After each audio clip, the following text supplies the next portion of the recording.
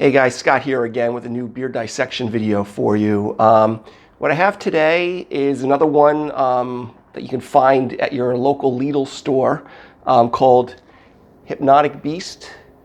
It's a juicy IPA. It's coming in around 6.5% alcohol.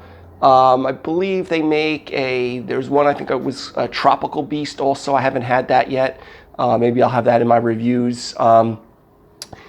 Now remember, sometimes people stick their nose up at beers from either like Costco or Lidl or possibly Trader Joe's. I don't know if they have a beer in there, but some of the ones I've been reviewing really are not, bad beers. They're actually quite, decent, and the price point on these beers, as I've mentioned in other videos, is reasonably good, or a little bit better, a few dollars less than other, manufacturers.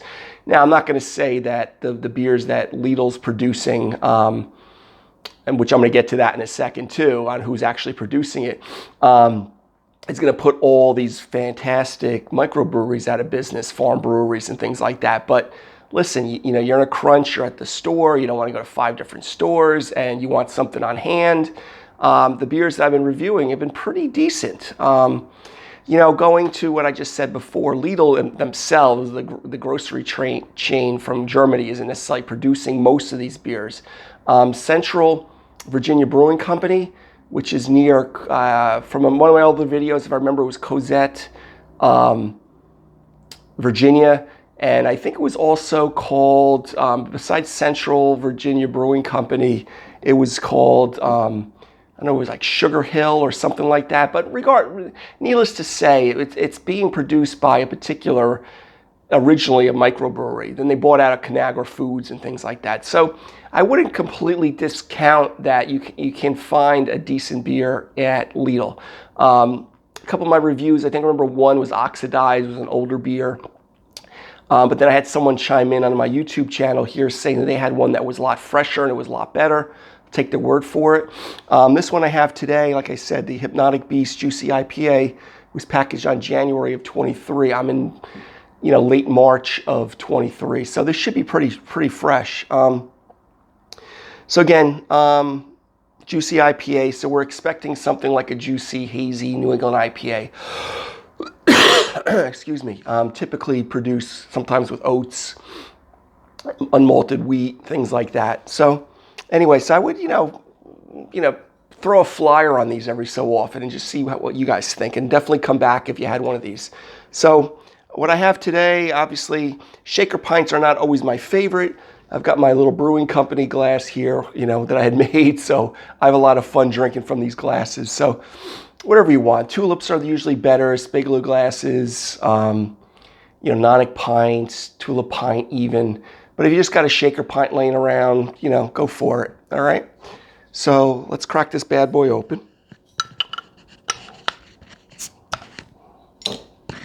All right.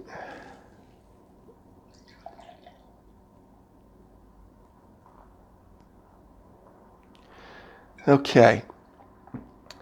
So let's take a look at this. You kind of got this white to light tan head on there. Let me turn it so you can maybe see it a little bit easier. Okay, pretty tight bubbles. Looks pretty frothy here, that it's going to maintain its head here in structure for a little while. The beer is kind of like a light to medium gold color. I apologize for my nucleation points. As I usually say, my glasses are clean, but sometimes if I'm not real meticulous with them, they're not necessarily beer clean. So you kind of get, I wouldn't want to serve this at a local brewery, but you get some nucleation points where the bubbles are. But I'm in my own house here, so I'm not really worried too much about it. You definitely got some haze, chill haze. Again, I don't know the grist on this beer, but if they're using oats and unmalted wheat, which contributes to the haziness, that's probably what we're getting here. And that's pretty standard for style. And like I said, 6.5%. But the color looks pretty good. Sometimes you get these real old IPAs, you get this murky, brownish color. And, we're still pretty gold here, so that's nice. And that usually that murky color will come from oxidation of some of the hop matter, okay? So let's take a sniff of the aroma. I get definitely citrus, like mandarin orange, apricot. But actually pretty nice. A little dankness, to it. Again, I'm kind of going in blind, like I don't have the grist and the hop varietals on this to be able to tell you for certain, but maybe a little white grape. Get that on some of these too, at least what I perceive. But definitely biased more towards like a citrus in the sense of orange apricot than versus, say, grapefruit and maybe even like tropical fruit like pineapple. So kind of weighs a little bit more towards the orange side of things. All right, so let's, maybe some pretty neutral malt, which in this style usually they'll use like a Pilsner malt or pale two-row. So you kind of get that white bread, light toast character to it on the aroma, on the nose. Okay, guys, so cheers.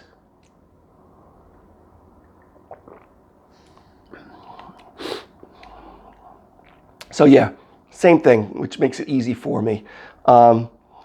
Citrus, apricot, mandarin orange, or even clementines. I got a bag of clementines sitting over here like the rind.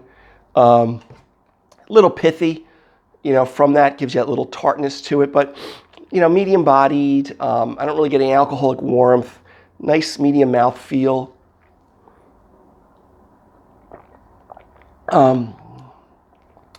Light to medium carbonation.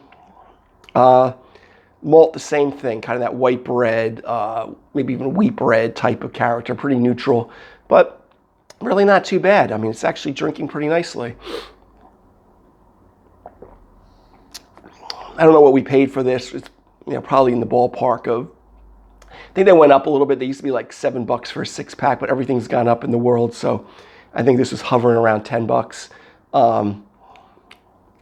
But again, citrus, white bread, orange, mandarin orange, clementine, whatever you want to, think of in the orange family, little apricot. But really not bad, guys. I'll show you it again. Okay, pretty nice color.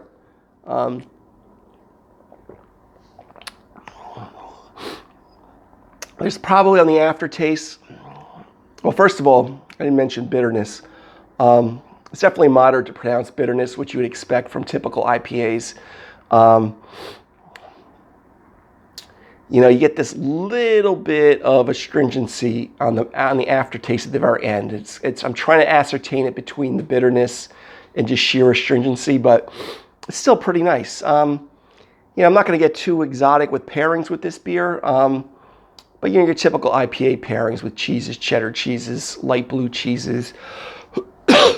You could do chicken dishes. You could even go heavier, like with pizzas and turkey chilies and things like that.